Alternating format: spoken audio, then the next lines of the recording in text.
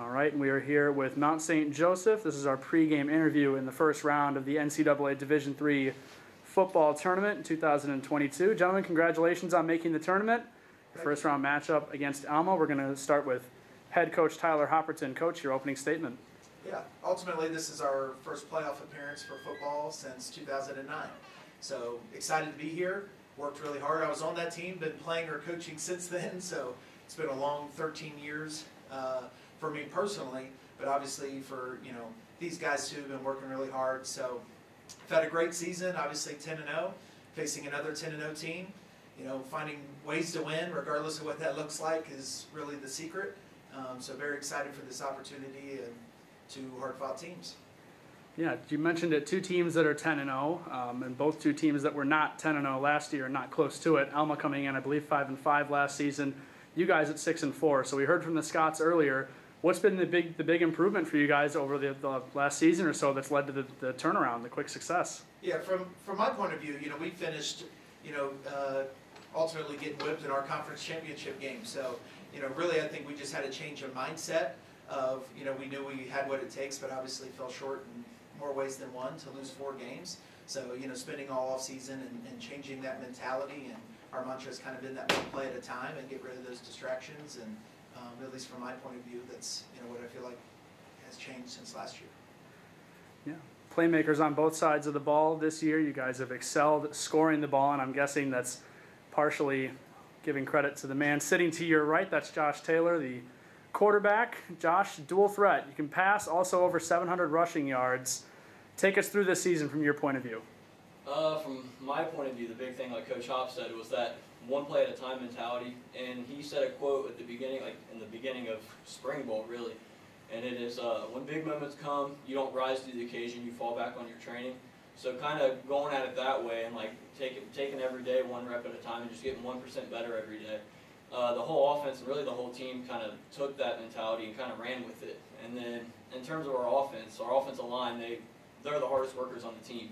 They do probably more film than anybody else, and they're always moving during practice doing that kind of stuff. And then, I mean, like you said, being quarterback, I get a lot of the praise just because of the position, but we have playmakers on the outside with the receivers, the slots with the receivers. They make some incredible plays that I don't even know how to catch it sometimes. And then having Cornell and then Mariano and McKenzie out of the backfield, they just kind of open everything up for me too, because when you have to worry about everything else, that opens like running lanes and stuff for me to take as well. And you mentioned Cornell, a gentleman who led Division III in all-purpose yards per game this year with over 220. Coach, it's very, I want to say, rare that we see guys in high school that are listed as an athlete that move to the collegiate level and continue to carry that athlete designation. And when I was looking at the stats and then looking at the official roster where he truly is listed just as an athlete, he doesn't really have a position, what kind of versatility does that bring to your offense, and how much easier does that make your job as a coach and a play caller? Yeah, it's great having good players and good athletes. And obviously, even on a football field, he obviously is a great athlete, but obviously he's a national champion wrestler as well. So it's just, very competitive young man and obviously very talented. Yeah, it's easier to call him an athlete than to put a label on him. When he first got to campus, hey, you're going to do this. And then we found out very quickly that we were restricting ourselves and restricting him. So now we just kind of let him do whatever helps the team. He's played a little bit of everything at this point, and ultimately wants to help the team. And he'll be the first one to say to give it to somebody else or whatever too, that he just kind of wants to win and have a lot of guys with that mentality. And helps too with Josh and obviously with Noah and guys like Cornell. It helps that those guys, those talented guys, are the guys that lead us every day at practice and that sort of thing too. Noah, I got one for you. You're the COVID senior. This is your 5th year. You came back for this reason. What does getting to this moment mean to you? Well, I spent, this will probably, I think, year 18, 19 for me in football. So, I was doing cardio one day at the gym, and I just thought, what am I going to do when I'm done, when I officially hang up the cleats? So, gave Coach Hop a call, and as the season goes on, keep getting wins, and you're like, wow, we might actually make something out of this year. And instead of just blowing it like Coach Hop said against getting our butts kicked last year against a good team in the championship, but it means the world to me. I've got a mom back home that I don't know what she would do with me if I didn't play football. So getting here, it's spectacular. I want to make Mount St. Joseph history and win this game tomorrow. Noah, sticking with you briefly here, we've talked a lot about the offensive side of the ball and how much this team can score. You've been a defensive force yourself, 10.5 sacks through 10 games.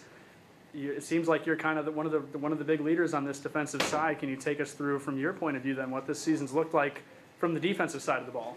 As far as this year, I feel this year's, out of all my 5 years, I think this has probably been the best D-line I've played with as far as being one concisive unit. And, you know, we were going to be a little out of pocket with the linebacker situation as far as having Jules and Finn last year, two of the best linebackers that came through this program. It's going to be hard to fill their shoes, but we've had some amazing players step up and play those positions. And as far as the backfield, this is probably some of the best defensive corners and safeties that we've had this entire my 5 years I've been here. So defense is just one concise unit, and we're working as best we can, obviously.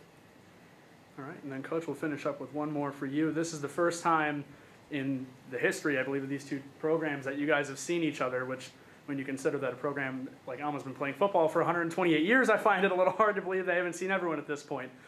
This is your first look at a Scots team. What is your biggest concern or your biggest point heading into tomorrow's matchup? Yeah, the last couple of years we've started playing, your all's conference a lot more and seeing a lot more on film and that sort of thing. And especially in years past, seeing you guys on film compared to the Scots that we see on film this year, very big, very physical, very assertive. A lot of big hits, a lot of, that big physical nature. When it comes across on film, it's even more aggressive in person, right? So that's definitely what I see and what I've kind of been going through these guys, because, you get towards the end of the year, you're 10-0, you're feeling pretty good about yourselves and that sort of thing, and it's easy, to get that way. But we're coming up here into this, frozen tundra against a very big, aggressive, hungry football team that, really plays with passion and that definitely pops their film. So I've been trying to get these guys ready for that type of tough physical football game. All right, anything anyone wants to add before we let you guys go here and get some rest before the big game tomorrow?